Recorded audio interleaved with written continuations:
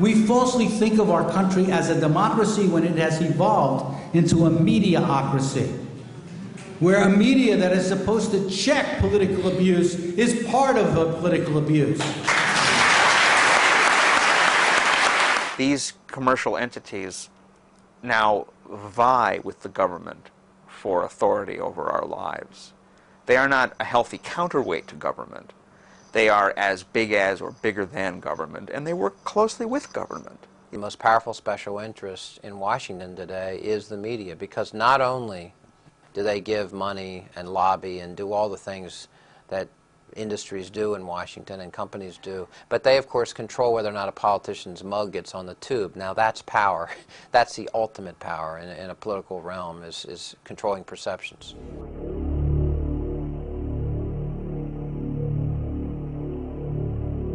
In George Orwell's novel 1984, Winston Smith worked at the Ministry of Truth, but his job was not to ensure that truth was preserved.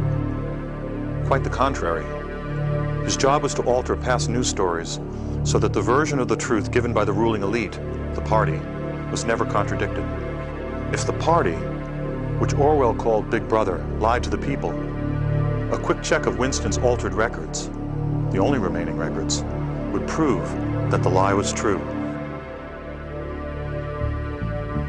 Can lies become truth? Could a media system controlled by a few global corporations with the ability to overwhelm all competing voices be able to turn lies into truth?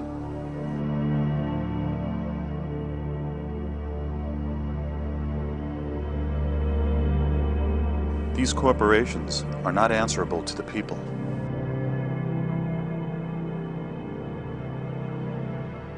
Only the politicians can regulate them. Could corporations possibly buy politicians with campaign contributions? Contributions so large that the politicians would allow unregulated corporations to go about their business of eliminating less powerful voices until only one voice remained. One truth. This documentary actually started 20 years ago when I was in graduate film school. It was around the time of the hostage crisis. It seemed to me at the time that the way the news was being covered was changing, and that this was typified by Rupert Murdoch's New York Post. So I went and I interviewed the editor of the New York Post on video. Very primitive video. Do you think that you people increase public panic sometimes about shortages?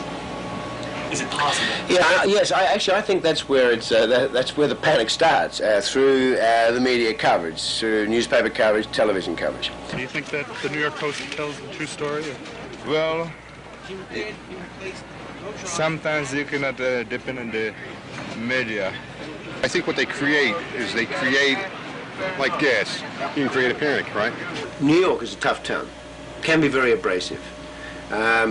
And I'm not a great believer in adding to anyone's anxieties. Peter Mitchellmore was quite candid with me that day. Later I found out why. Are you leaving? Yes, go on. I became rather incompatible with the newspaper. The paper's fine, it's selling well, but it's not my kind of newspaper anymore. That's it. That day in 1980, we spoke about the hostages and the new phenomenon of the never-ending story. They were finally released the day Reagan was inaugurated. I didn't think anything of this coincidence at the time. 20 years later, a series of extraordinary events took place.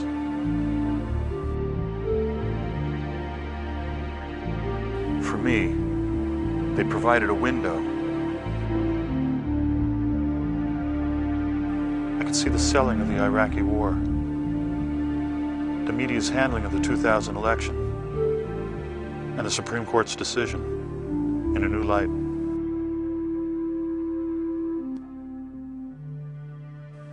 The question became whether there was a pattern in the way stories are covered and then dropped.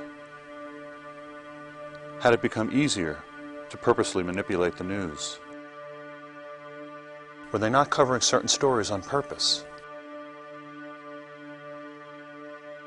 Meanwhile, over the years, I had descended into the third world of independent film. But as it happened, right next to the review of my movie was a review of The Insider, a film about the killing of a news story. I took this as a sign. But how to get at the truth? I read about a man named Charles Lewis, an ex-60 Minutes producer who had created a unique nonpartisan news organization. The Center for Public Integrity broke the Clinton-Lincoln bedroom scandal. He had also done a report on George W. Bush's SEC violations for inside trading. In the 60s, 3 in 4 Americans trusted their government. Today, it's 1 in 4 Americans trust the government. The level of secrecy and the amount of money in our process is greater than it's ever been. Archibald Cox, the Watergate prosecutor I interviewed for our book, The Buying of the President 2000, said the level of trust in this country is worse than he's ever seen it, including during Watergate. People sense, I think, that the financial elites and the political elites have become one and the same, and that the people themselves have no voice in Washington or in their state capitals, that they are somehow being left behind. When we think about democracy, in the United States, we oftentimes, and I think certainly in our media culture and our political culture, the assumption is that the type of democracy we have in the United States is the only type that could possibly exist. It's the high watermark of the human race is capable of, is U.S.-style democracy. In fact, though, I think we have, both in theory and in many ways in practice, a fairly, what you call a weak democracy. I mean, in fact, in many ways, we have a frighteningly weak democracy. There is an unfortunate sense as well of powerlessness, that there really isn't very much that can be done about the state of things. You can't have 280 million people and say that 2 political parties represent the thinking of 280 million people. That's just think about that. If you are, just step back and look at that. And you know, the thing is that anthropologists, they're going to dig us up hundreds of years from now, and they are not going to understand us. No, seriously. And we've made a huge mistake inventing film and videotape because we're leaving behind a record of ourselves. We have a situation in which a significant percentage of the population doesn't vote, doesn't care about the issues, is tuned out entirely, is what we call depoliticized. In fact, we have a rate of depoliticization in the United States that must make a tyrant, like in Indonesia, envious. They say, how can I get one of these vegged out populations? The top 1% that controlled 90% of the wealth had 2 major political parties doing their bidding for them. And the other 99% had no political party on the ballot representing them, and no representation in Congress representing them. And yet that 99% ran around waving little flags going, we're free! We're free! We live in a democracy! Woohoo! Oh, we're gonna look like assholes. No, seriously, folks! We gotta leave a note behind and explain our actions. We have more instant access to information as consumers and as citizens than we've ever had in the history of the country. That does not necessarily mean we're better informed. And that's a fascinating irony by itself. There's an apposite quote from Dr. Goebbels. It's a kind of an explosive, thing to invoke here, but he said once, and this is an example of how sly he was, that what you want in a media system, and he meant the Nazi media system, is ostensible diversity that conceals an actual uniformity. The truth of the matter is that increasingly what we see, what we hear, and what we read is being controlled by fewer and fewer large multinational corporations. People don't appreciate this. In the last days of the Soviet Union, you had dozens of newspapers, dozens of magazines, all kinds of radio and television stations. The only problem is that all of that media was controlled by the Communist Party of the Soviet Union or the government of the Soviet Union. We are moving in that direction. There is an illusion of of choice that's maintained when you can have 100 channels on your cable system, and how many movies did the studios release a year now? All these different studios, and the music industry with so many labels, and magazine stands that go on and on and on forever. Well, the owners are a handful, 5, 6 different companies. And that is a very dangerous development for those of us who believe in a vibrant American democracy. When polls tell us that fewer and fewer people understand the political process, what the media does is trivialize what goes on, sensationalizes it, makes it entertainment, rather than saying, look, the function of the media is to educate you to live in a democracy, which is pretty serious stuff. You got a media system that's basically a subsidiary of corporate America. That's all it is. You're going to have a media system that will not cover stories of tremendous public moment, while it will overfocus on trivial stories that don't have any resonance at all. In terms of the political process, you ask yourselves, what are the most important issues facing our country? Why is it? Simple question. With all of the growth in technology, with all of the wonderful globalization and free trade, all of that stuff, all of the increases in education, why does the average American today work longer hours for low wages than was the case 25 years ago? Simple question. Do you think it's seen on television very often? What about the morality of 1% of the population owning more wealth than the bottom 95%? Seen that? In a New York Times editorial, Princeton economist Paul Krugman addressed one of these little-mentioned issues. According to the nonpartisan Congressional Budget Office, between 1979 and 1997, income for families in the middle rose 9%. Income for families in the top 1% rose 140%. Krugman noted, quote, "I know from experience that even mentioning income distribution leads to angry accusations of class warfare." He then asks, why has the response to rising inequality been a drive to reduce taxes on the rich? Good question. According to Joan Didion, news is no longer just reported but managed in a way that sets its terms and shapes its overall content. Has the mainstream media become an anti-democratic force in the United States? What you want to say is, if you have a self-governing society, a democratic society, what does that society need from its journalism? I mean, what are the attributes you need to have from your journalism, from your media system to produce, so that people can govern their own lives effectively? And I think there were 2 or 3 things that jump out at you if you study the matter at all. And they're really not debated. One, you need a really hard watchdog. You need a journalism that keeps track of people in power and people who want to be in power. Hitler says in Mein Kampf that the people's power of forgetting is enormous. This is the case with mass society, right? You have to have a healthy media system in order to counteract that natural tendency. You've got to have that, because then people will be sufficiently roused by the notion of having to protect their interests to pay attention. Otherwise, if it's just a spectacle, if it's just a bunch of razzle-dazzle and bullshit, people will naturally, forget about it in a couple of days, and that's the pickle that Americans tend to be in. A CNN Gallup poll conducted in March 2003 found that 51% of the American people thought Saddam Hussein was personally responsible for the September 11th attack. Why did they think that? Forget about forgetting. They don't know.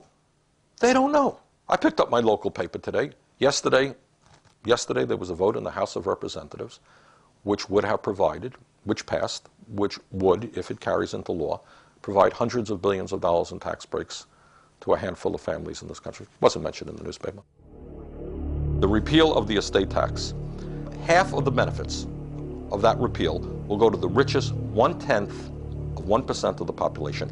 All of the benefits will go to the wealthiest 2% of the families in America. You got that? 98% of the families do not pay 1 nickel in estate tax. I walked down the street a couple of months ago. Guy goes up and he says, "Bernie, I'm really angry at you." You know, why are you angry? "I've got $20,000 in the bank, and I want to leave my money to my kids, and why are you stopping me from doing that?" $20,000. This guy's not going to pay 1 penny in estate tax. People don't know that. So what they do is they poll. They got very good pollsters, and you play off the general ignorance of the population. People don't know much. Death tax sounds pretty good. Everybody who dies, you got to pay a huge tax to the federal government. Not true. We put the death tax on the road to extinction. The death tax is a bad tax. And yet that 99% ran around waving little flags going, "We're free! We're free! We live in democracy! Woohoo!"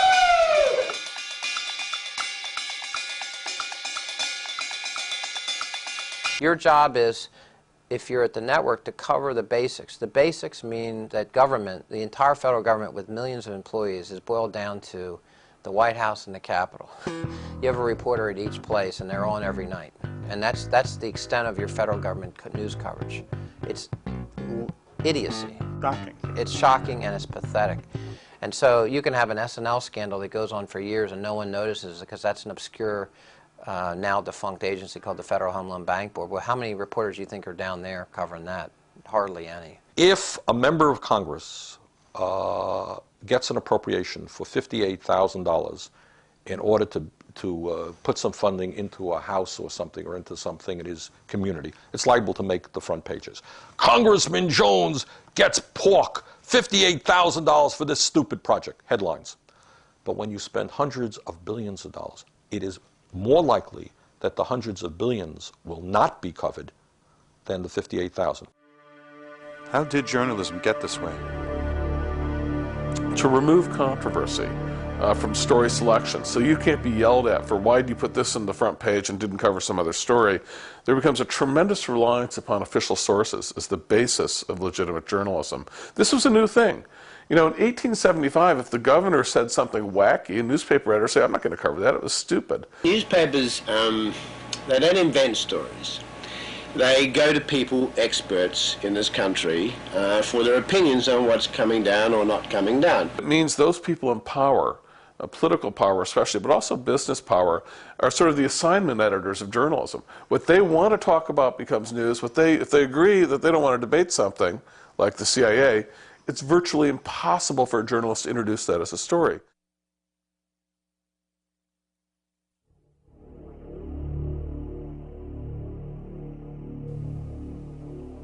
If the media had been on the job during the 2000 election, for example, if they had reported what was actually going on and reported it with all due emphasis and repetitiousness, kept on the story day after day. I don't mean the occasional piece on page 10 of the New York Times. I mean appropriate coverage where you follow the scandal. If that had happened, Bush Cheney wouldn't be in the White House today because they weren't elected. The range of inquiry by journalists was strictly determined by what the official sources were saying. In this case, the Gore campaign and the Republicans, the Bush campaign. And journalists basically, their credible journalism volleyed between these two positions. Now, the problem with that was very simple. The two sides were playing by very different rules, very different game plans. On one side, you had the Republicans, and they were committed to winning this election no matter what. Principle be damned. They were taking power, period. That underscored everything they did. So there was no commitment to being principled whatsoever. One day, if you got the right ruling by the state Supreme Court, it's clearly a state issue. The ruling 2 days later goes against you. The exact same people say it's clearly a federal issue. There was no sense of shame. The point was you wanted power, period.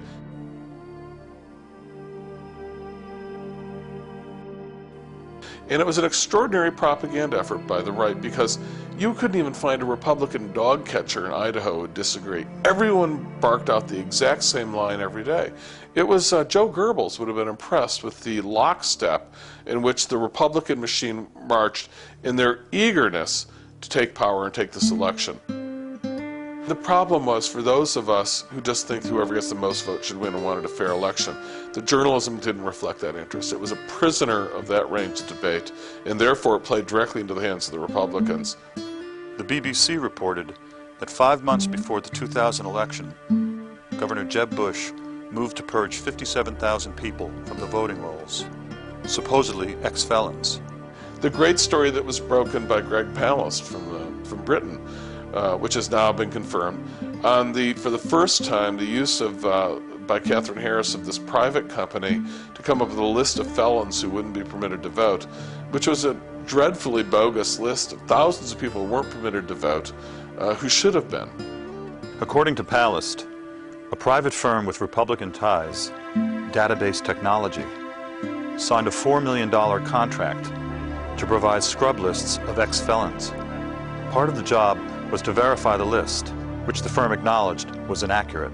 The state of Florida brought in this Republican firm on the excuse that they had these databases, and when the company said, well, now we want to run the databases against this list of 57,000 names, there's a little handwritten notation that says, in Katherine Harris's office, right on the listing of the database checks, it says, don't need. We will give you, what they told DBT, we will give you the check if you don't check. How many of these names are wrong? Statistically, 1 in 20 people on the list may have committed a crime. So 95% of the people on the list, 95% of the people on the list, are kind of innocent.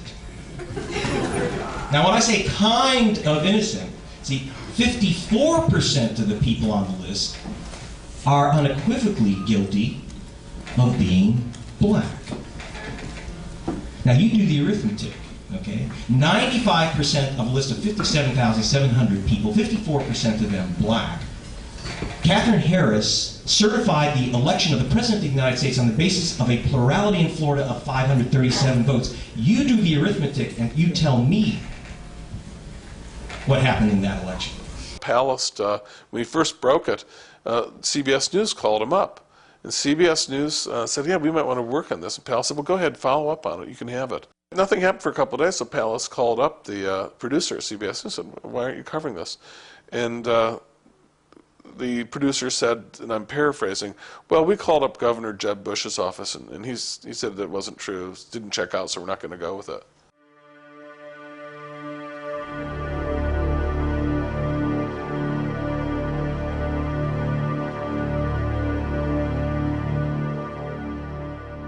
We did not do any kind of frontal, direct investigation of the media for 10 or 11 years, mostly because our information we put out with news conferences and things like that is disseminated through the media. So it would be, I'm being very candid here, it would not behoove me to investigate the media on a regular basis because none of the information would ever be reported and my organization would never be heard from again. And so I'm not stupid, I do recognize that fact.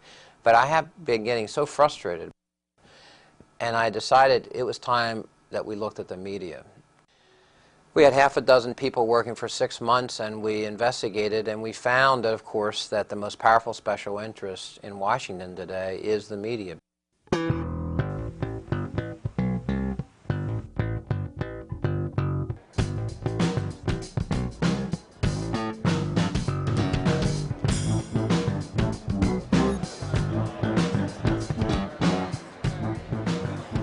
Lobbyists hire placeholders.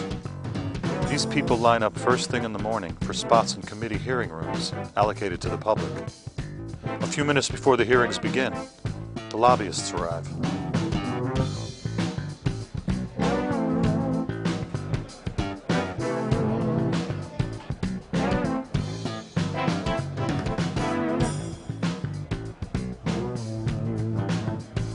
These guys have hundreds of lobbyists. They have nearly 300 lobbyists, paid lobbyists, and they're giving away tens of millions of dollars in campaign contributions, and they control whether or not a politician ever gets on the air all over America.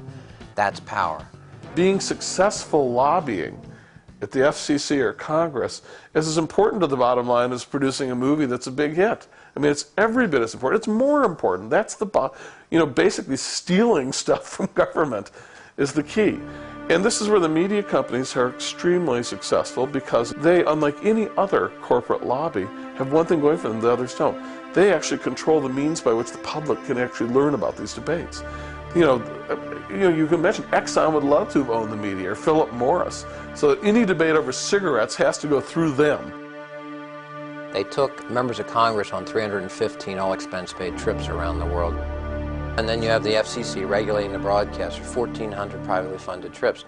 The problem in this town is that a lot of the regulators that have been set up to protect the public interest have been captured by the people they're regulating, and that's been going on for years. It's not new, but it's outrageous. Regulators, the Federal Communications Commission, almost always upon leaving office, go to work for the people they were supposedly regulating in the public interest. Beneath the reported story of greedy Enron executives is a story about the influence of money over government regulators. This is what has happened with the media companies. Had been well designed. Crazy, crazy Jane is dancing. Crazy Jane's the dancer. Crazy Jane's the dance.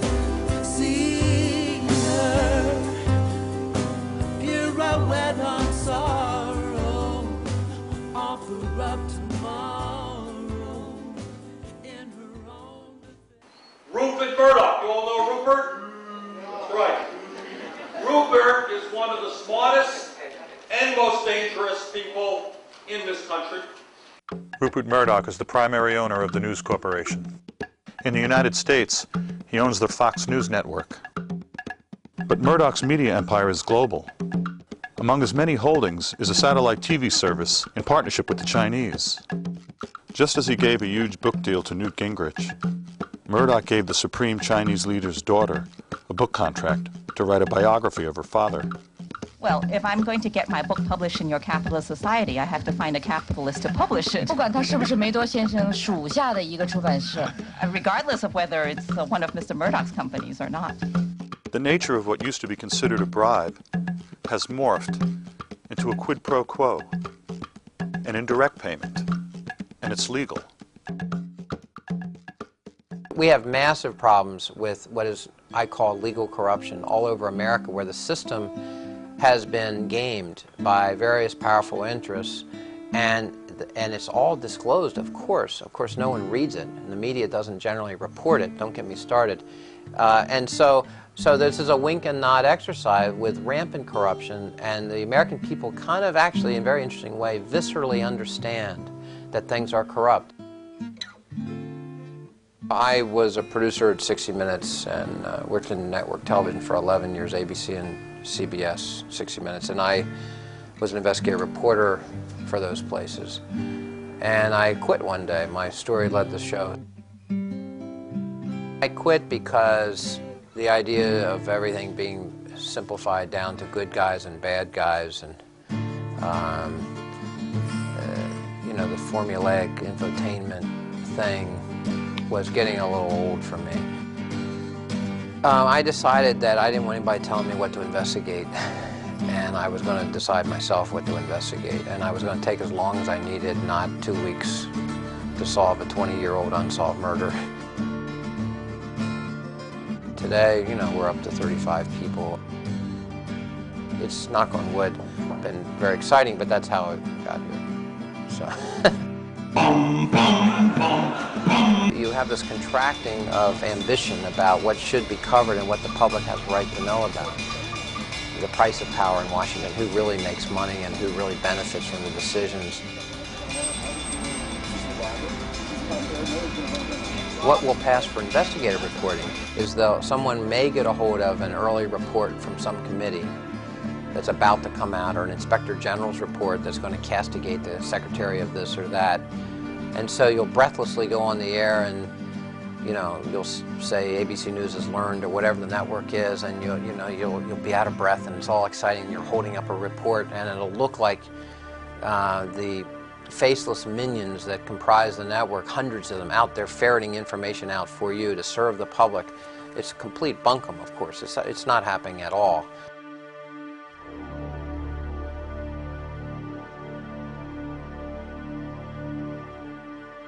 The public would never know from the media that they spent $11 million to keep any free airtime provisions out of any legislation, successfully, by the way.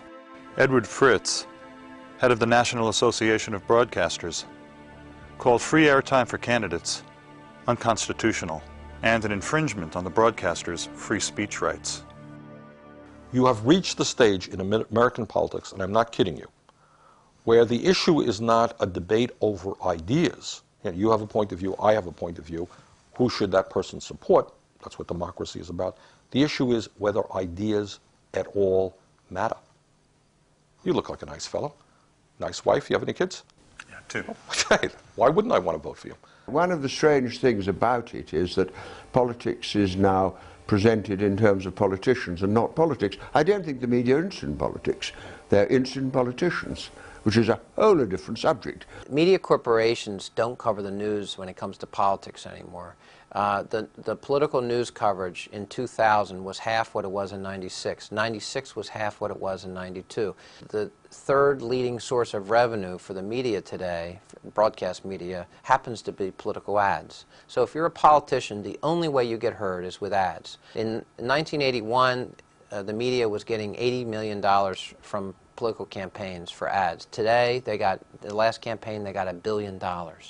That's why you've got to have millions of dollars to run for office as a politician. You're either a millionaire, you're able to raise large sums of money all day, dolling for dollars, and that's who goes into politics. And you are complicit in this system. You're not going to rock the boat. You know, 98% of those who run for Congress, who run again, get elected, get reelected. We have a 98% return rate in Congress. Are you aware of this? Do you know, I looked up the statistic. The old Soviet Politburo had a 92% return rate. All right? They actually have more turnover than we have in the U.S. Congress. Is that just the most embarrassing thought? Why do we do this? We've got to change these laws. We grant these monopoly rights to TV stations. They don't pay a penny to the people for getting these monopoly rights to TV frequencies. Then they turn around and sell time on the public property and make billions of dollars and destroy our political system. All the while, they pay off the politicians themselves to keep getting these monopoly rights. The corruption here is dreadful. The public is really at a loss. What do you do about that exactly? I'm not quite sure. I mean, they're probably in a perfect world, there should be a citizens movement about this. People should be marching in the streets. I mean, in some ways, we should be as angry about what's happened to our media as the Russians ought to be about what happened to their media. Now, that would be seen as heresy inside the networks. How dare you? We covered stories all the time last week. Look at this story, look at that story. They would take issue with what I just said. They'd probably call you un-American. They would call me un-American and a bomb thrower, and I probably won't be on any of their airwaves anymore after this interview. 10 years ago, 50 companies ran the media in America. Now it's down to 5 to 7. Tonight, as I came down here, NPR was reporting on decisions that the FCC, under the control of Michael Powell, son of Colin Powell, who when asked about whether or not there was a digital divide in the world, said, "I'm more worried about the Mercedes divide. I'd like to have one, but I can't afford it." That's the commissioner of the FCC, who is about to lift all the ownership caps on big media companies, and an issue that is not covered in the media. Michael Powell was actually quoted as saying that he has no idea what the public interest is. The oppressor here is regulation. He actually said that.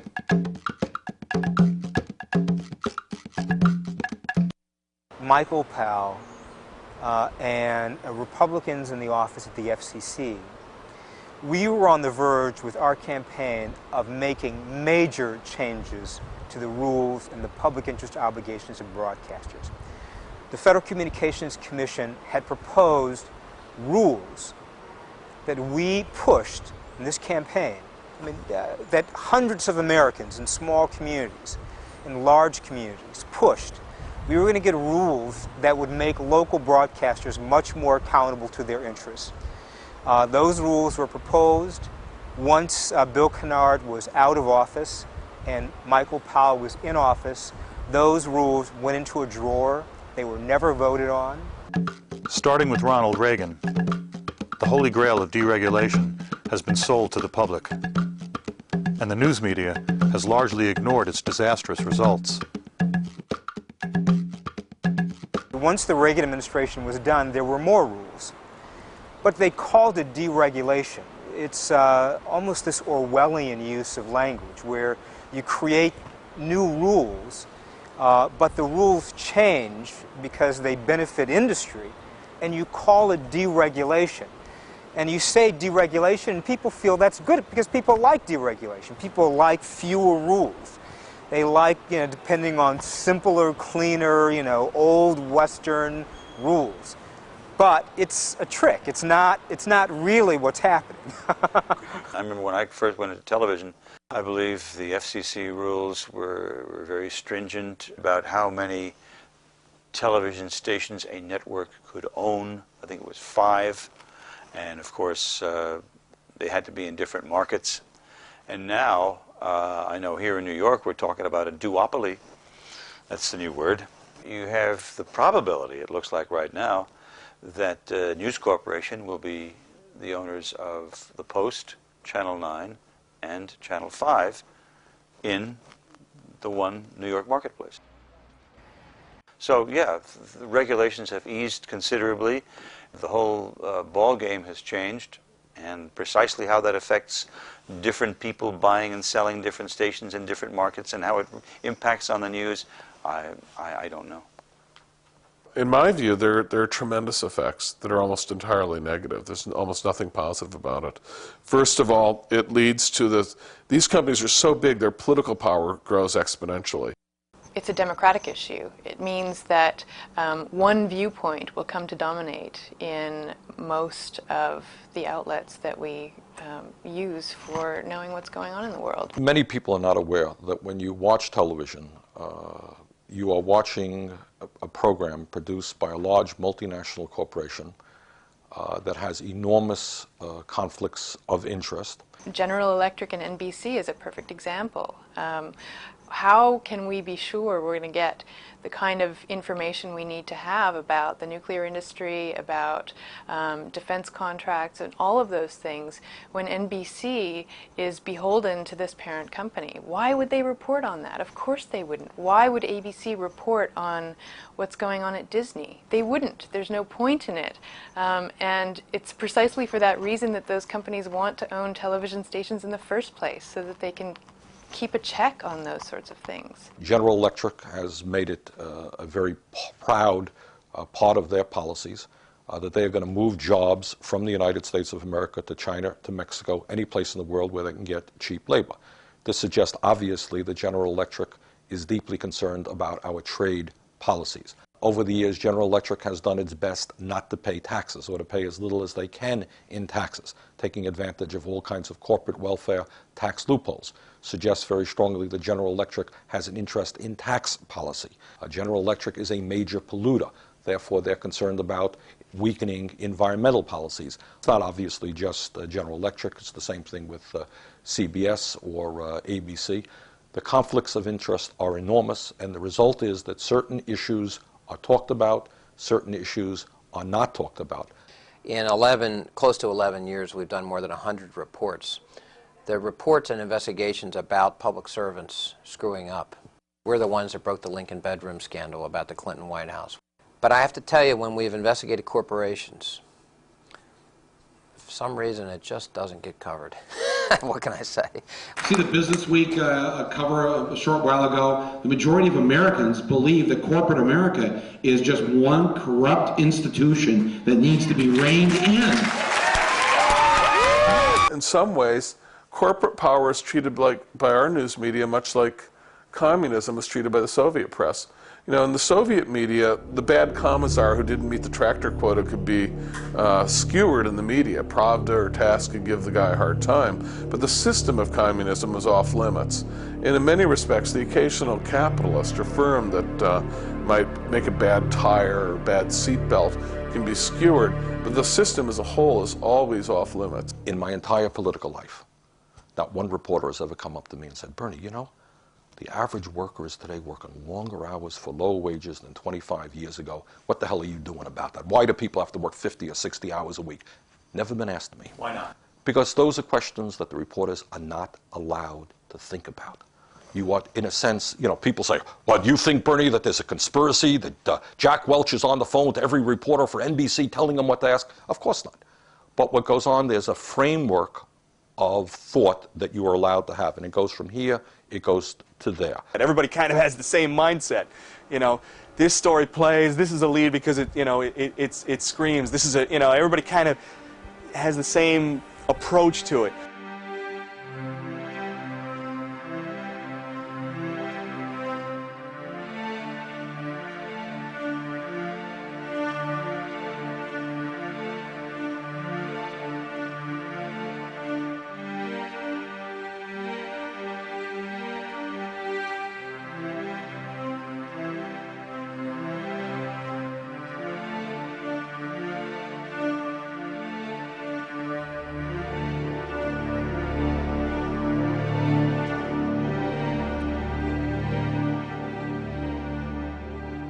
Everybody knows about Enron and how the guys at the top managed to cash out very handsomely while preventing the pensioners from withdrawing their money in time to prevent complete ruin, financial ruin. Well, I mean, there's a history behind this, you know. George Bush, who is, of course, a good friend of Kenneth Lay, cashed out in exactly the same way, you know, as a major shareholder in Harkin. According to the Center for Public Integrity, George Bush served on the Harkin Energy's board and was able to realize a huge profit of $848,000 by selling his stock in the corporation. Harkin had concealed its losses by selling some of the firm's assets to a group of insiders and declaring a profit. Shortly after he sold, the stock price plummeted. He reported the sale to the SEC 34 weeks late. Bush was on the Audit Committee and the Restructuring Committee. He claimed he didn't know. I propose some tough new standards for corporate reform. Like you all, I took a look out there and saw a problem. And the problem was we had some folks who were trying to fudge the numbers. We had some people who decided they weren't going to tell the truth when it came to their assets and liabilities. The Harkin inside trading story was reported by the Center for Public Integrity 7 months before the presidential election, but the mainstream media chose not to report the story. This represents a kind of insider trading that's obviously epidemic at the top.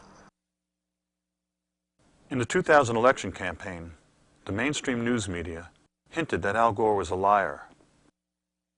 At the same time, the press ignored or glossed over serious questions about George Bush. From repeated allegations that he had gone AWOL to inside trading.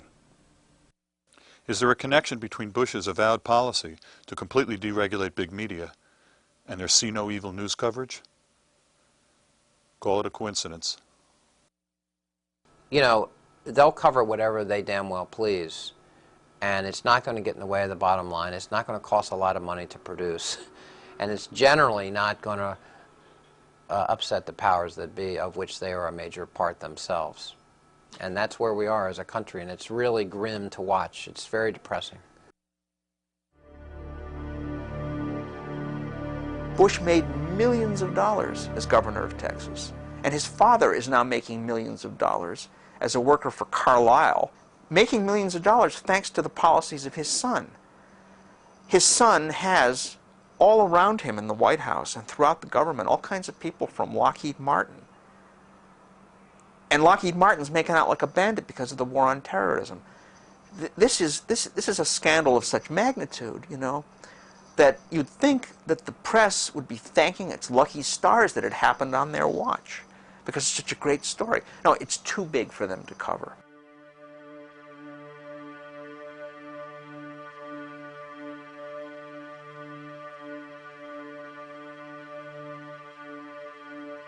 We know what to do with someone caught misappropriating funds, but when confronted with evidence of a systematic attempt to undermine the political system itself, we recoil and a general failure of imagination and nerve.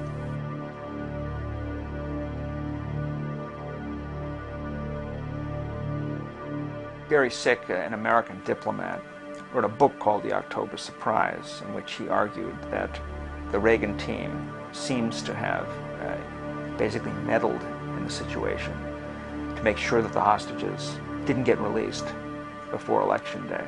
Gary Sick was a member of the Carter administration and on the staff of the National Security Council from August 1976 to April 1981. According to Mr. Sick's congressional testimony, quote, "In the course of hundreds of interviews in the U.S., Europe, and the Middle East, I have been told repeatedly that individuals associated with the Reagan-Bush campaign of 1980 met secretly with Iranian officials to delay the release of the American hostages until after the presidential election. For this favor, Iran was rewarded with a substantial supply of arms from Israel." End quote. According to Mr. Sick, low-level intelligence operatives and arms dealers are no Boy Scouts. End quote. Their accounts were not identical, but on the central facts, they were remarkably consistent. Because of my past government experience, I knew about certain events that could not possibly be known to most of the sources. Yet their stories confirm these facts. Again, quoting Gary Sick, "From October 15th to October 20th, 1980, events came to a head in a series of meetings in Paris. Accounts of these meetings vary. There is, however, widespread agreement on a number of points. 1. William Casey, Reagan's campaign manager, was a key participant. 2.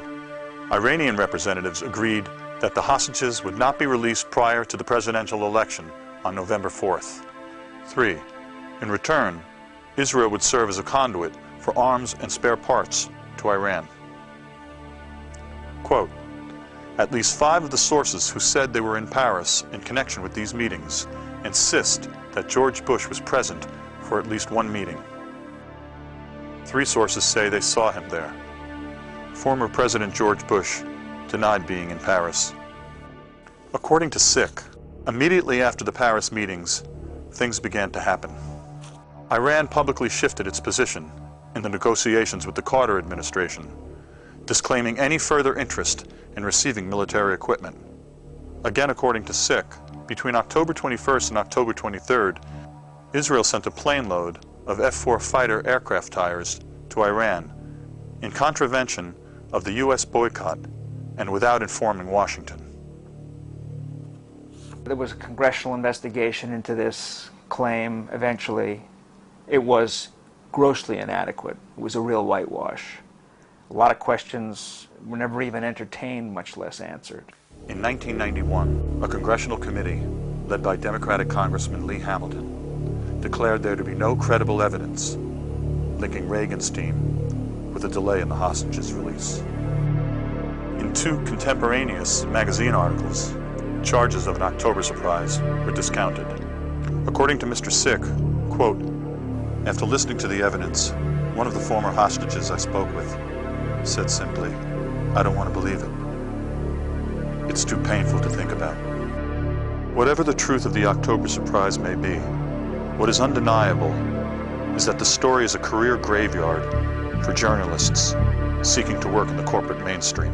If you read what the hostages themselves had to say later in their various reminiscences of the experience, and you read some of the press coverage in depth, you find that the Iranians were guarding the hostages, had their stopwatches out. I mean, they were waiting for a particular moment to let those hostages run into the field of vision of the photographers who were all there waiting to take their picture. Do you agree with this statement? Whatever is regularly broadcast is the definition of what is news. Or do you have another definition? That is a good question because, yeah, I mean, if it happens but you don't hear about it, did it happen?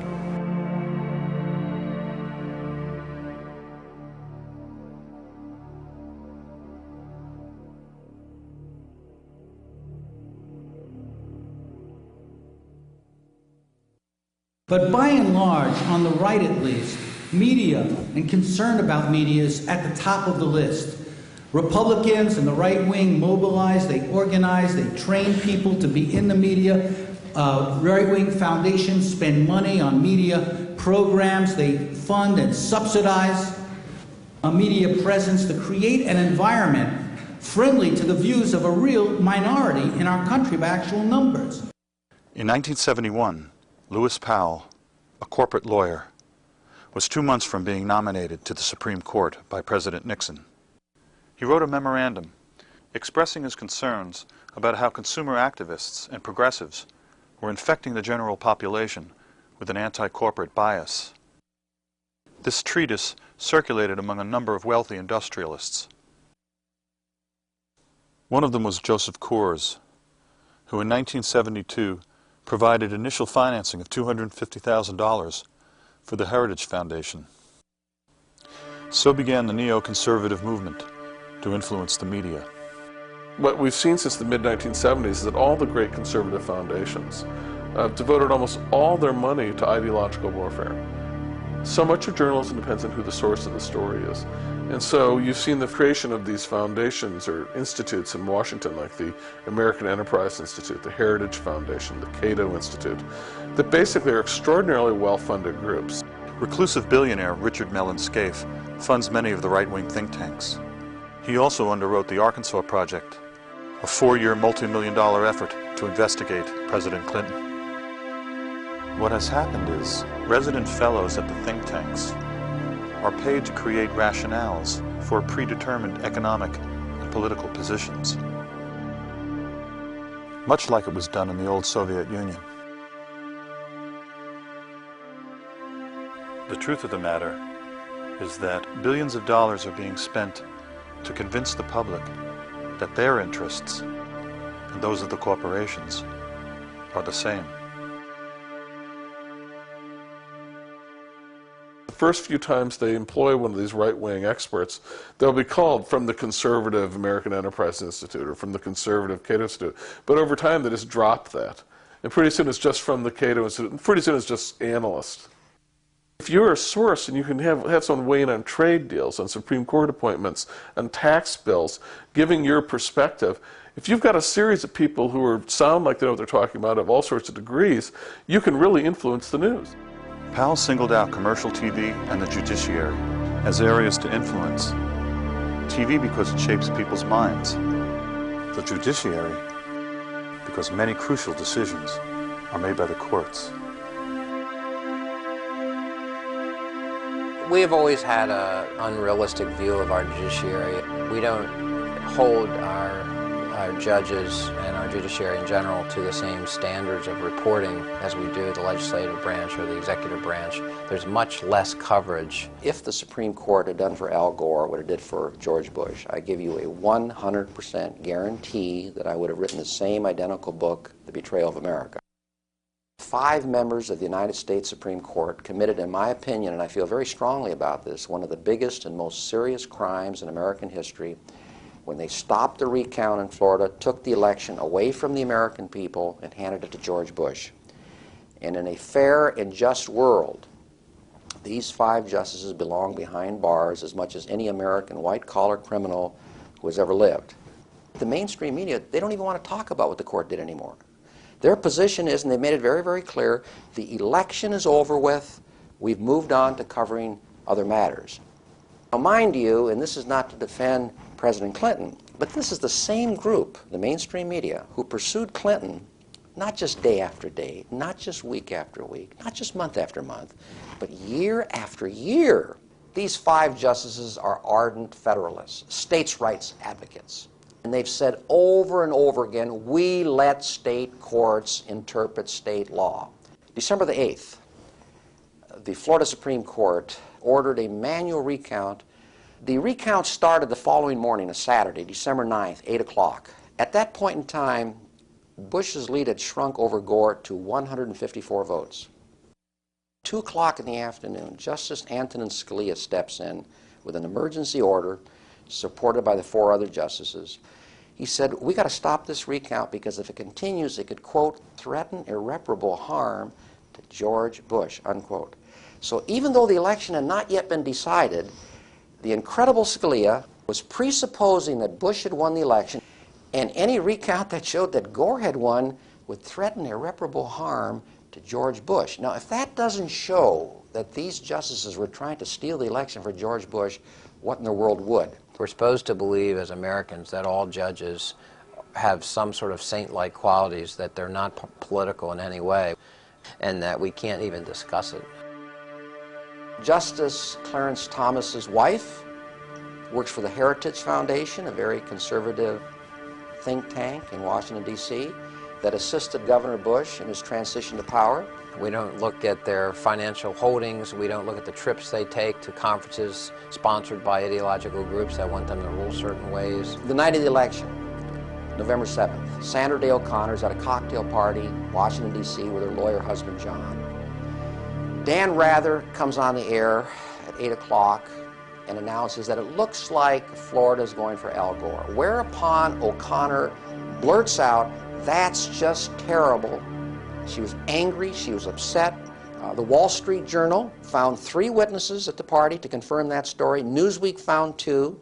Both the Wall Street Journal and Newsweek went to Sandra Day O'Connor for a comment. She declined comment.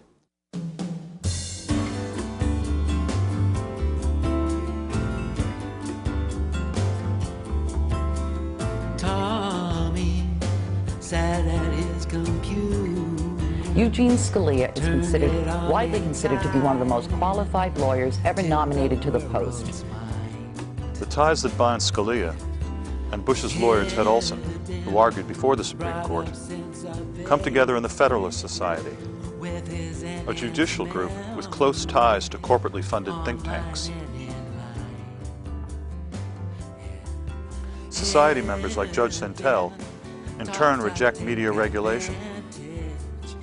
Conservative judges have ruled that constraining the reach of media corporations violates their free speech rights. If you read the First Amendment, there's no question but that free speech rights are rights that belong to citizens. They're individual rights. They're our rights. In the 70s, we started to get this new idea of commercial free speech. This is a very, very peculiar notion, commercial free speech. Because what it does is it casts corporations, corporate entities, as persons, which they're not. I mean, they're not people. You can't find their graves anywhere, unfortunately. The First Amendment has been warped so that we understand it now as a way to essentially allow people who own media license to do whatever they want to do with the media that they own, with the property that they buy. The First Amendment becomes a barrier to understanding our responsibilities in a democracy. Free speech, when you're talking about the media, it's just a fundamentally disproportionate right. My speech is equal to and as free as the speech of AOL Time Warner when they have this platform of access to the world that, I'm one person. Somehow, the freedom to inform the general public has become the exclusive right of media corporations. Giving them free speech rights was a perverse move. And in fact, it was the kind of thing that conservatives, rock-ribbed conservatives, had ruled out, as recently as the 40s. During the Clinton administration in 1996, behind closed doors, the rules of the airwaves were rewritten. In radio, all regulation was literally thrown out. Small independent stations were bought up. Localism disappeared. Companies like Clear Channel went from owning a few stations to owning over 1,100 and dominating whole markets. But something else happened. Under Reagan, in 1987, the Fairness Doctrine was eliminated. Radio and TV stations were no longer required to air opposing viewpoints. This is partially responsible for the rise of right-wing radio all the time, from coast to coast. The vice chairman of Clear Channel is Tom Hicks. In 1998, Mr. Hicks purchased the Texas Rangers baseball team in a deal that made President Bush a multimillionaire. Clear Channel banned Dixie Chick songs because the lead singer criticized the president on the run-up to the war. A famous middle-aged rock and roller called me last week to thank me for speaking out against the war, only to go on to tell me that he could not speak himself because he fears repercussions from Clear Channel. They promote our concert appearances, he said. They own most of the stations that play our music. I can't come out against this war.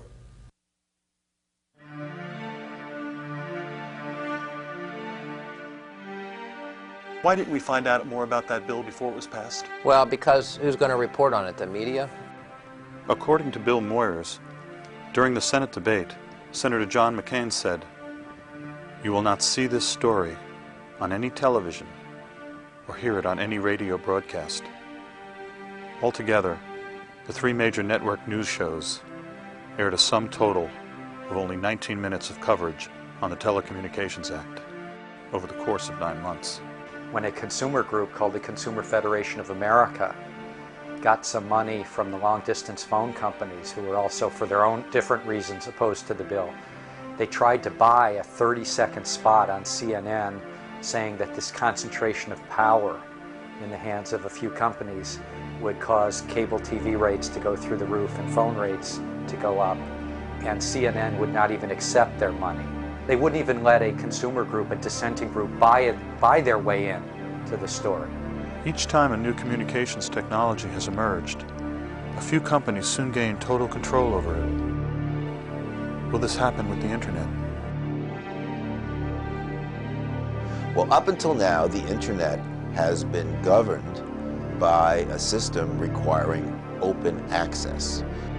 The telephone network on which the dial-up Internet is based has been a common carrier, has been open, so anybody could have a website, anybody could transmit anything, and you could have all kinds of companies competing to provide you with Internet service. Open access is being replaced now by a system of closed access.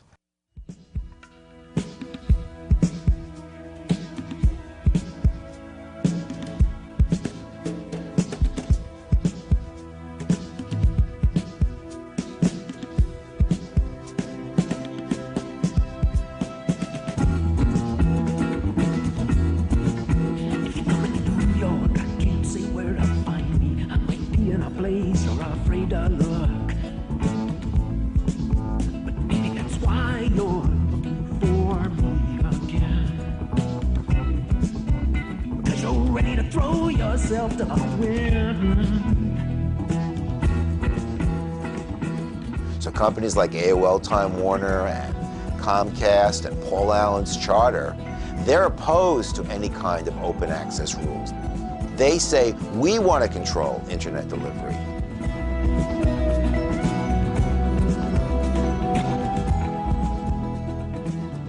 I'll tell you something that I remember in the late 70s, that there were all these people who were like, cable television as panacea. It reminds me a little bit of, oh, the web will solve every problem. We'll have a level playing field where your new website will be able to compete with Disney and Murdoch and Viacom's new website. No. You know, one of the myths of our society, you've probably heard this one, is it's based on competition. Have you heard that? That's the sort of pablum they feed us in the bottom fish. The truth of the matter is, at the top of the system, the key to the system is crushing competition. So what we've seen in media, in all the sectors, you've had fewer and fewer companies. The largest companies buy the small companies. They try to get bigger and bigger and make it harder for new companies to enter. Because once you have just a handful of companies dominate an industry, the ability for someone to enter the industry as a newcomer is almost impossible. I think there are lots of ways that you make news more profitable, and it doesn't make for better news. If you ask the reporter, are you interested in truth, of course they'll all say yes. If you go to journalism conferences, which I do quite a bit of, everyone is looking for the truth. The problem is the gatekeepers of truth are not the reporters, they're the owners. And they're the lackey editors who work for the owners. And they'll decide what flies and what works and what pays the freight in terms of the advertising and the numbers. They'll be watching those numbers, and those numbers better be up or they'll get a new anchor. The thing that we base our our coverage on, is it a good day or is it a bad day, is the numbers. I mean, I wish we didn't have to rely on that so much. I wish there was some way that you could base your job or a performance on something other than the numbers. Unfortunately, that's not the climate right now. You look at news directors who get hired, because those are the ones that are really on the chopping blocks. I think their jobs are less secure than Major League Baseball managers. That's not news. That's marketing. That's something else. I never heard of doing news based on going for some demographic. You do the news. Call me crazy, but that's what you do. You investigate something because it needs to be investigated, or someone's clearly lying, or there's some issue of the public trust that needs to be looked into. You don't do it because you think some demographic will particularly enjoy the story. I mean, that's nutty. And it's the underlying theme of all the great laments we see, of all the journalists you talk to now. We're so appalled that the public service they entered has become a purely commercial activity. A pundit is defined as a learned person. According to James Fallows, in his book Breaking the News, pundits are celebrities, telling us what to think of events. Howard Kurtz, the media reporter for CNN, said, quote, "The culture of news has merged with the relentlessly glitzy world of entertainment, producing one great roaring ooze of headlines and hype. Margaret Carlson of Time magazine said producers want people who can sound learned without confusing the matter with too much knowledge. I'm perfect." Jeff Greenfield of CNN said, "We're booked as entertainers. We know what we're being paid for. We are being paid to fill seats. FaceTime on television translates into big-time lecture fees." According to Brian Lamb of C-SPAN, the message from Washington in the last 20 years is that everyone does everything for money. George Will said, "If you pick your audiences carefully, you can give the same speech every time." McLaughlin said, "It's important to go on the road, where you'll get to hear the whole range of views from the trade association. These speaking engagements are usually given to business and trade associations and paid for by corporations."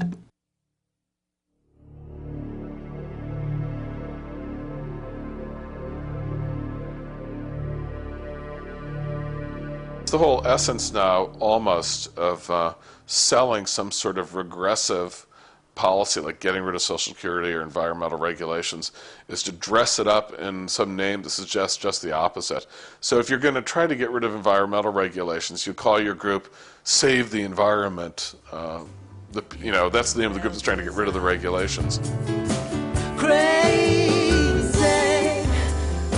crazy Jane is dancing. Crazy Jane's the dancer. Crazy Jane's the dance.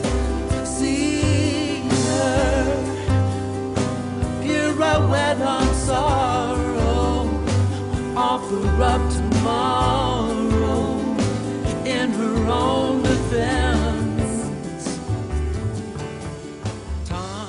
When Reagan vetoed the Fairness Doctrine, he said it was inconsistent with the tradition of independent journalism. It's what Orwell would call the politically euphemistic language that is used by everyone, by politicians, but also by news anchors. We live in an era now where media has become so used to accepting the spin and accepting the structures that they are given that they don't cover news anymore. Can lies pose as truth? Winston had a friend at the Ministry of Truth named Syme, who was sure that they could. His job was to eliminate words. The aim was to narrow the range of thought by eliminating words that make real thought possible. There would only be good and evil. Everything that Big Brother represented was good. Everything that opposed Big Brother was evil. As Syme explained to Winston, the whole climate of thought will be different. There will be no thought as we understand it now. Orthodoxy means not thinking. One of these days, thought Winston, Syme will be vaporized. He sees too clearly It speaks too plainly. One day he will disappear. You heard that 175,000 votes were not counted in the state of Florida. But it's not like everybody's vote counted or was not counted the same. The number of votes not counted was in direct proportion, county to county, to the black population of the county. So how could it be that, for example, in Gadsden County, 52% of the population is black and 1 out of 8 votes was not counted? 1 out of 8. Whereas in white counties like Citrus, almost all white, only 1 in 200 ballots was voided. How did this happen? And I go down to Florida. I go to Leon County. We're all looking at chads, the guys looking at the hang of chads and all that. And they make it sound like it's this big mysterious deal checking the ballots in Florida. A big hunk of Florida votes by paper ballot, which is read by a machine. If you ever took like the SAT and used those number 2 pencils, you stick it in the machine, they read. It's an optical reader. So they had a practice voting machine set up in a supervisor's office in Tallahassee. And so I took out my pretend ballot, and I voted for Nader, and I voted for Buchanan. And I stuck the Buchanan-Nader ballot into the voting machine. And it came back. I stuck it in again. Came out. I said, okay, wait. I'm trying to vote here, and it won't take my ballot. He said, of course not. You marked it for 2 candidates. You made a mistake. We won't accept a mistake on the ballot. I said, what do you mean? All those votes were voided in Gadsden. Now, Leon County's a white county, Tallahassee. Gadsden's right next door to the black county. I said, oh, well, see, there's this switch. And in the black counties, like Gadsden, the same exact machines were set to accept ballots with errors. They would accept, you make a mistake on your ballot, very easy to do on a paper ballot, like you circle a name instead of check it off. The ballot's accepted, it's voided, your vote doesn't count. And in more of the white areas, it was set on reject so that if you made a mistake and you voted, it came back to you, you were given a fresh ballot, and you got to vote again. And the losers in this were the American people, whatever your political views, because we all have a right to have the person who actually won the election take power. We all have the right to there be a fair count.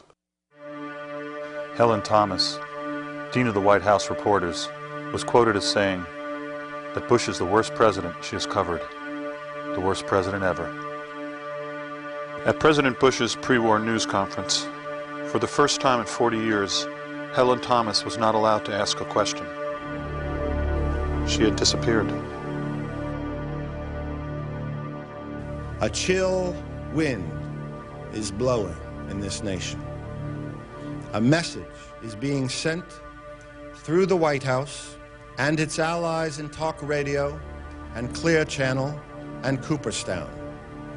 If you oppose this administration, there can and will be ramifications.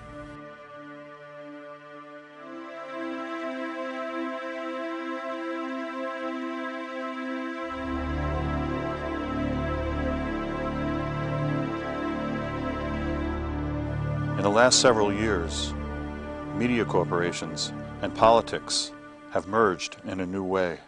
Murdoch is a brilliant man who, what he has done and has had a tremendous influence in the worst possible way on culture and on media in the United States and throughout the world. And what he does it in England and he does it in the United States. His shtick is appealing to working class people and taking them to the right. And he does this through violence, he does this through super patriotism, he does this through sensationalism. So what you have now, and I'll give him credit for this, Fox Television is the first major network that has no pretense. I mean, CBS and NBC, they have a pretense to objectivity.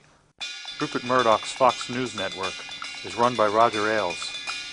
Ailes was the executive producer of TV for Richard Nixon. He was a consultant to Ronald Reagan and George Bush I. Tony Snow, a host, was a Bush speechwriter.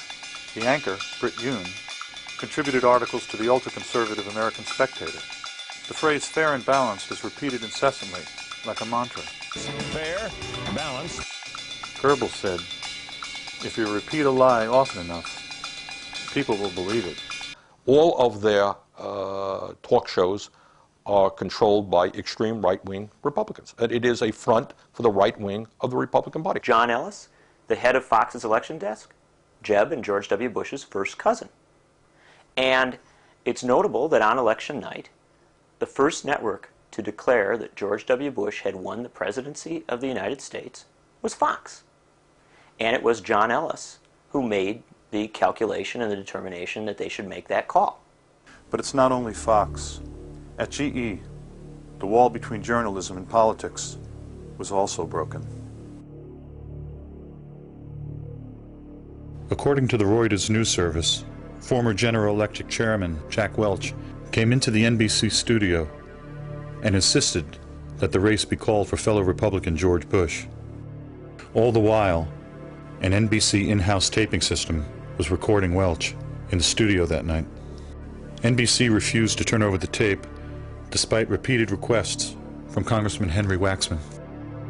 NBC President Andrew Lack claimed turning over the tape would infringe on the editorial process. Waxman replied, "Mr. Welch is not a journalist." And we now know the studies show pretty clearly, as they understood, they lost the vote. If there had been a fair vote, they would have been out of power. Calling the election for George Bush that night set the tone for any recount scenarios. And the whole tenor of the coverage followed that. If you watch Chris Matthews, O'Reilly, Brian Williams, when is Gore going to finally give up? Another desperation measure by Gore. The assumption being Bush had won. Gore is just scrambling, trying to sneak his way in through some loophole.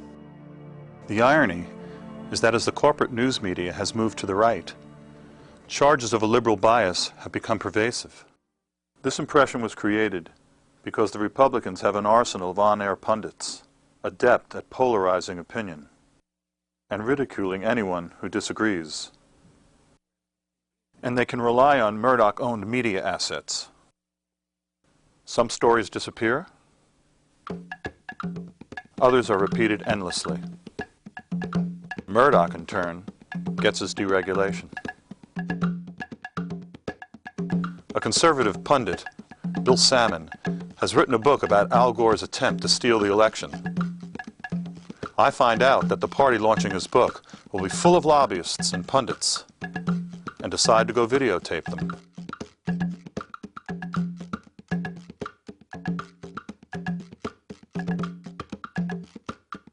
Funny thing is, these behind-the-scenes operators don't like to be taped. You're not allowed to film the building without permission.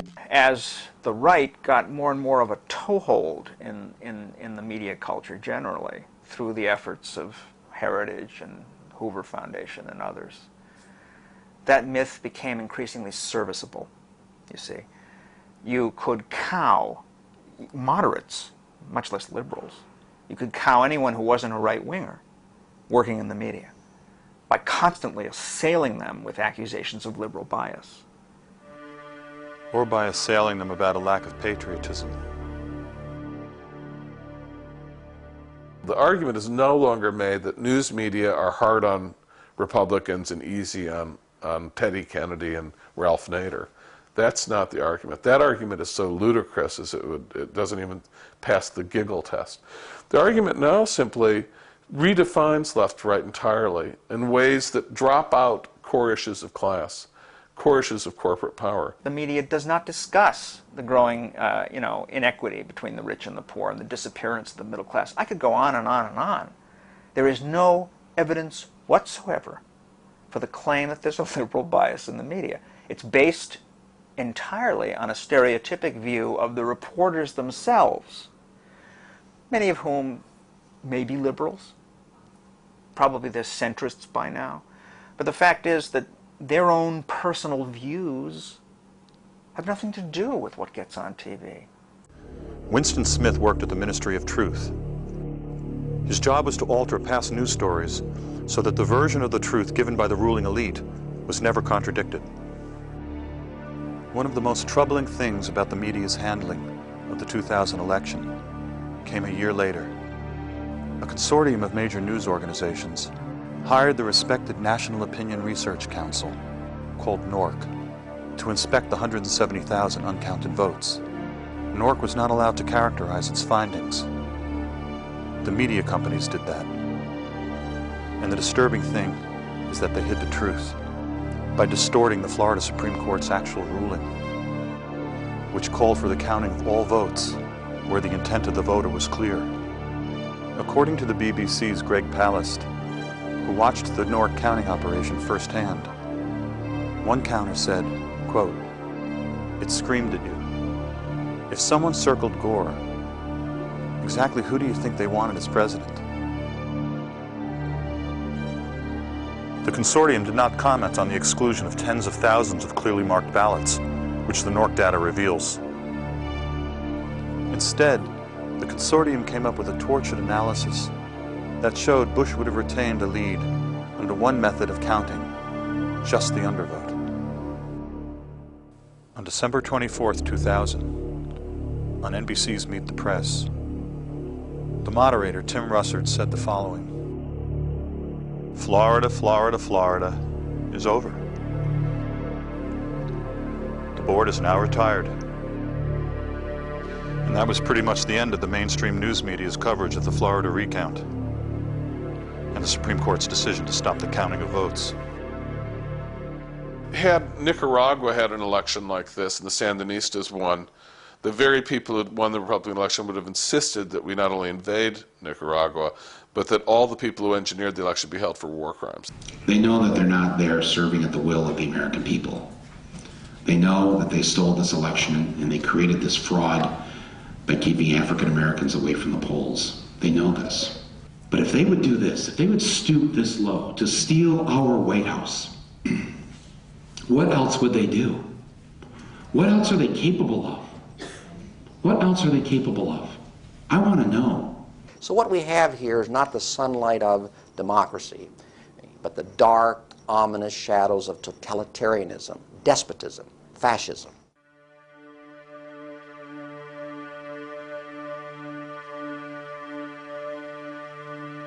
In a curious footnote, over the next 2 years, the Voter News Service, which had called Florida for Al Gore, was to be revamped for the 2002 midterm elections. Suddenly, exit polls had become unreliable. Then, on election night 2002, they weren't used. There were vague statements by the mainstream news media. As it turns out, the major networks own the Voter News Service. My guess is that the Voter News Service got it right on election night when they called Florida for Al Gore. According to congressional testimony, at that time, the Voter News Service projected Gore winning Florida by 7.3%, the equivalent of more than 300,000 votes.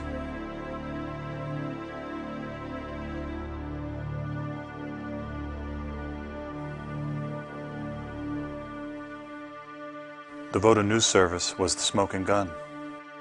It had to disappear. Welcome to computer voting, the newest twist in our voting process. With no paper trail.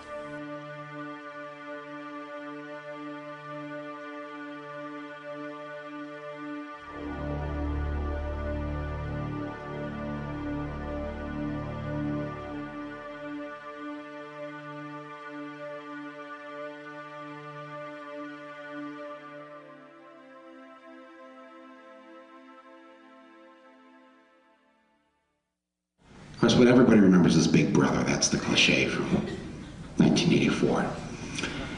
Let me remind you of another part of the story. The leader realized that he needed the permanent war in order to frighten the people into giving up their rights. What happens when a group of people have unaccountable media power and can redefine the rules without being questioned? On September 25, 2002, as the United States moved toward war, relatives of the 9/11 victims spoke. This press conference was not on the evening news. My brother Jim Patorti worked on the 95th floor of the North Tower of the World Trade Center and lost his life on September 11th. And one of the hardest things I had to do was to tell my parents that they would not be seeing their oldest son again. No one victim of violence of war is less or more important than any other. So my brother, who was seen as a type of collateral damage in some fanatics' eyes, his death is no more or less important than the collateral damage of someone in Iraq or Afghanistan. It's a leveling commonality that we have with these people. And so for those people who are making decisions about leading us into this very dangerous era, they have an open invitation. They can come to my house over the holidays. My brother's birthday is right before Christmas. They can see what it's like to be around a family who's affected by war and terrorism. And we believe that this aggressive act, this unilateral act, will only inflame anti-Americanism that is already in the Middle East among Arab communities. It is a factor in leading fanatics to commit crimes against us like September 11th. And they're saying to America, look, don't use this as a basis to go to war. Without dissent, you no longer have a democracy. You have a dictatorship. And that's what we're getting from the White House. Oceania is at war with East Asia. Oceania has always been at war with East Asia. Well, in the novel, of course, Oceania has not always been at war with East Asia. In fact, Oceania and East Asia were allies against Eurasia. But it suits the purposes of the inter-party to make everybody think that the latest situation has always been the case. How is that any different from George W. Bush constantly mentioning the horrific fact that Saddam Hussein gassed his own people in 1988 at Halabja? How is it any different when at the time the U.S. actually had foreknowledge that he had chemical weapons, knew that he had gassed his own people, and did not protest back then? Saddam Hussein was a darling of the Reagan and Bush administrations. The thing that is most amazing to me is the lying that goes on today.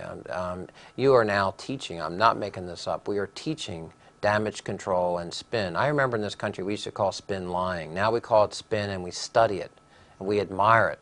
How to put out a line of bull and have it fly for more than 24 hours, and then they high-five each other because they beat the other side if it's another party or it's another candidate or it's another company, if it's one company with another with their annual report of their quarterly earnings or this or that. Public relations has overcome our whole society. It's all PR.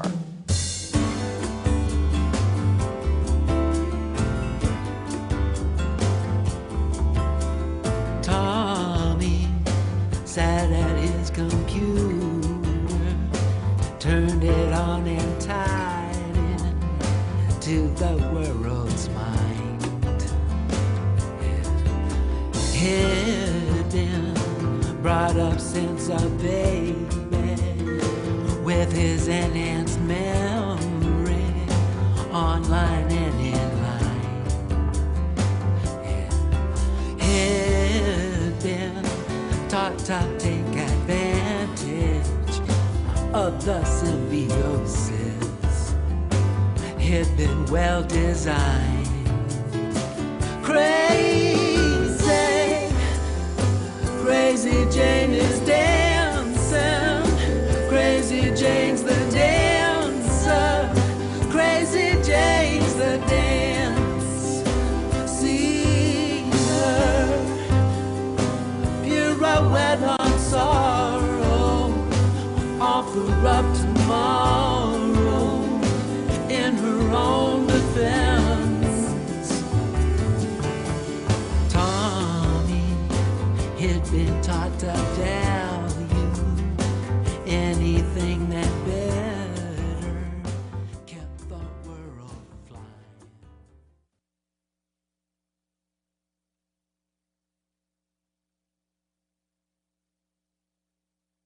Commissioner Copps. Good morning.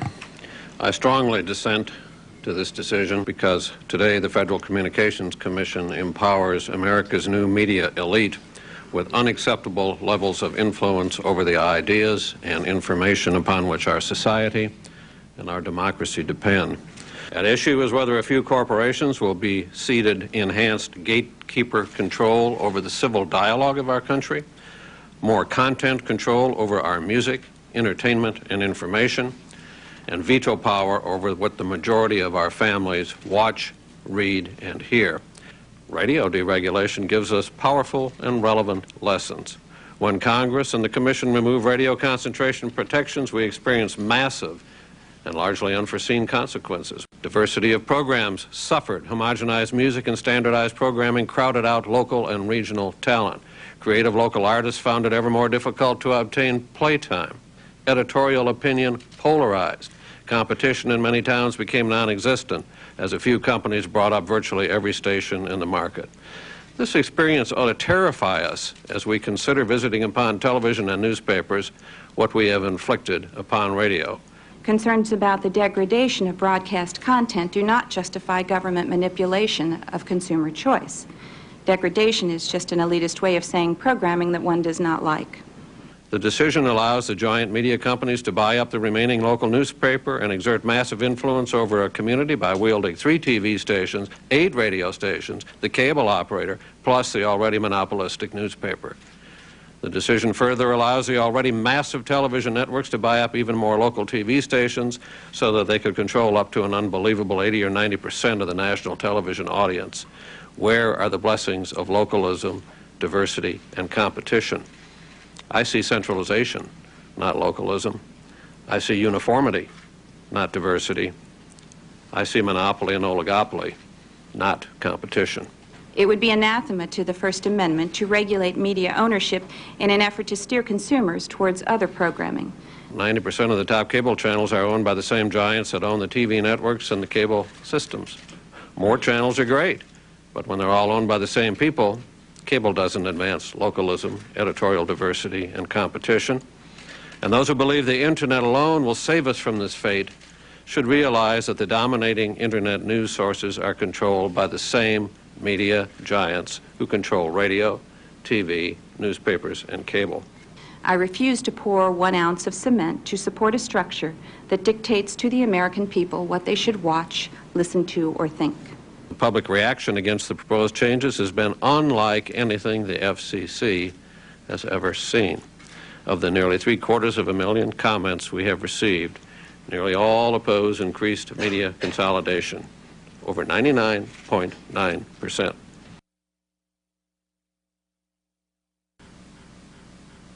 Those commissioners voting in favor of the item signify by saying aye. Aye. Those opposed signify. The item is adopted. Thank you. This meeting is adjourned. Massive regulation of the mass communication is the end of democracy. I said mass regulation of the mass communication is the end of democracy. I said mass regulation of the mass communication.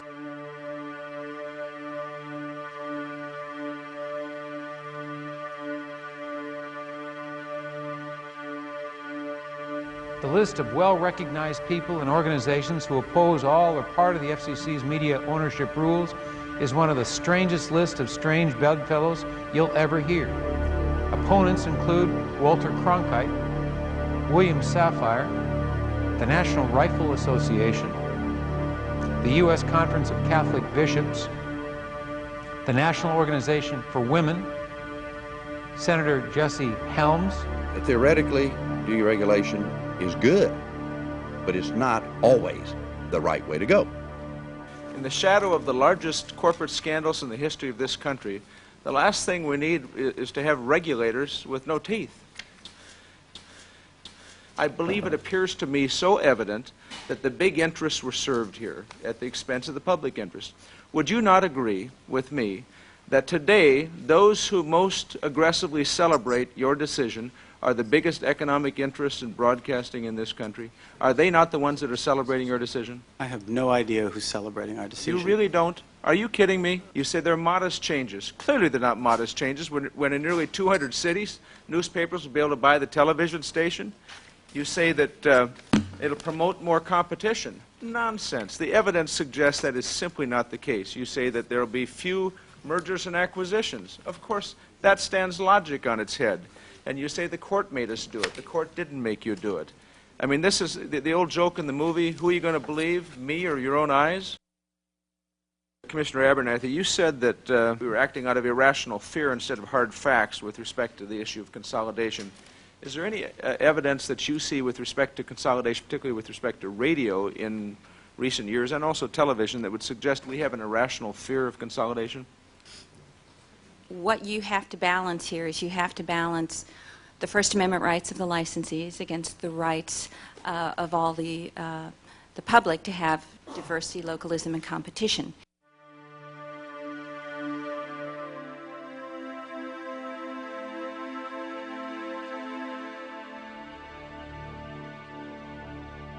The founders did not anticipate the protections for commercial speech that we now have, and nor did they anticipate essentially the warp to the sense of the First Amendment that has occurred really since the 1970s. We have to revisit the terms. What did they mean? What were they talking about? They can't possibly have meant that there should be free speech rights for transnational corporations, because there weren't any back in the 18th century. They didn't exist. They weren't thinking of that. They were thinking of the citizens of the democracy. Citizens have First Amendment rights to a diversity of antagonistic views. Media reform is something that is absolutely crucial. It is the primary issue. It is the most important thing. Nothing is more important, because if we don't have a media system that we can use to get our word out, whatever our word may be, if there is not a viable democratic media system for getting that word out, forget it. You know, we're screwed. We're completely screwed. We need antitrust activity, okay? And that's a complicated thing, and it will require that we rethink the very basis of antitrust law, which at the moment is all economistic.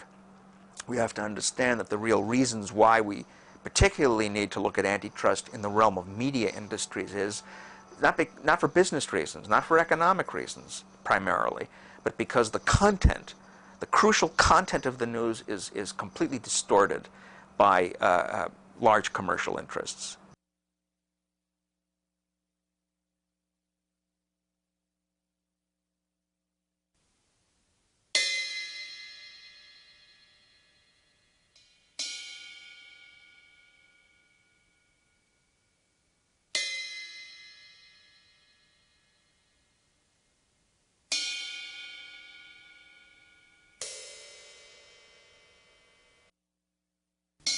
For the 2004 election, the major networks hired Edison Media Research and Mitofsky International to conduct exit polls.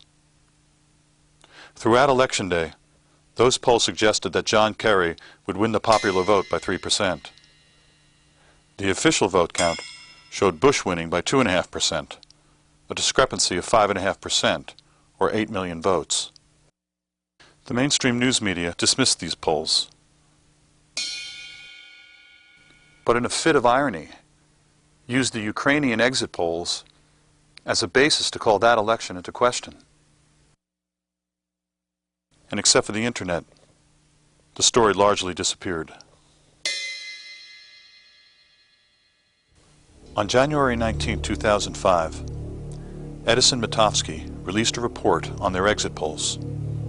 The New York Times ran the story the next day, Inauguration Day, on page A14. A group of academics and statisticians from a number of major universities analyzed the report. Quote, Edison Mitofsky assumes the correctness of the election results, which their own data undercuts.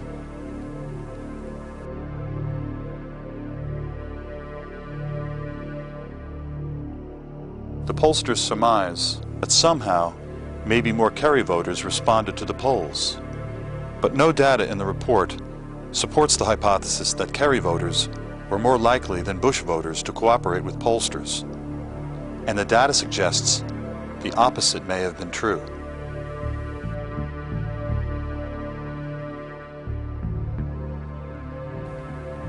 In the face of pervasive reports of voting anomalies in Ohio, Representative John Conyers conducted an inquiry that raises even more questions.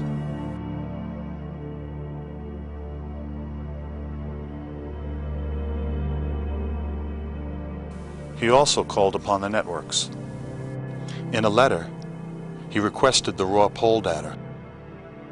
I am hopeful that the media companies will also understand and support the importance of providing complete and transparent information in this matter.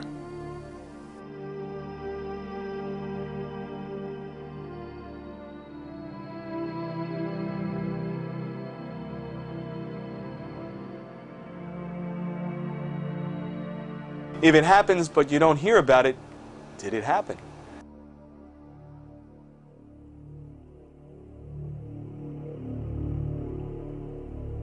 Some reporters have compared George W. Bush to Ronald Reagan.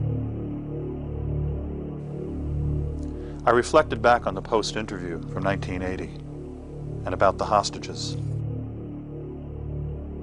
How often do major news stories get buried down the public memory hole while a lie is turned into truth? There's a window of opportunity now. Most governments, most countries have not figured out how to limit access to the internet, and they've not figured out, and powerful companies have not figured out how to block information that is inconvenient or unfriendly to them or that they don't like off of the internet, at least in this brief window that we have before they all figure it out. Will history repeat itself? Will the public find out about the threat to the internet before it's too late? We're not in the clear here at all. I mean, this is not a straight shot here where we can just go ahead and do whatever we want. It's complicated, but it's new, and there's some things we don't know about it and no one else knows about it. And as long as there's the slightest bit of vagueness or the unknown element is something I'm going to exploit as much as possible.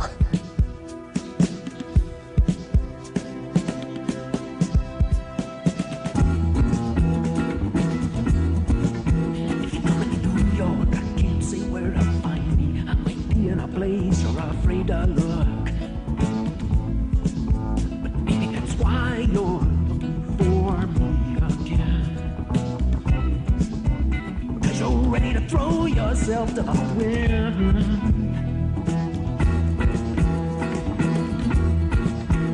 My friends are made that I knew horse, hard luckers, low-lifers, fools of course. Anyone else who can love the worst that I am. Do you know what I mean? I'll throw myself to the wind.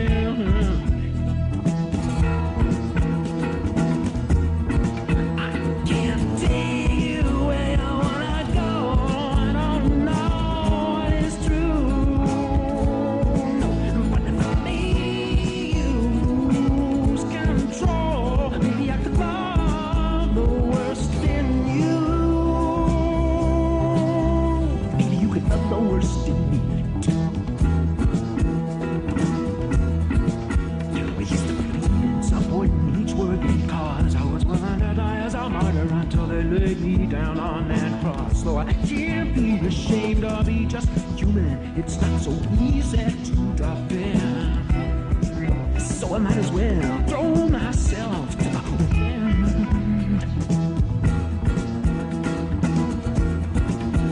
Let it go.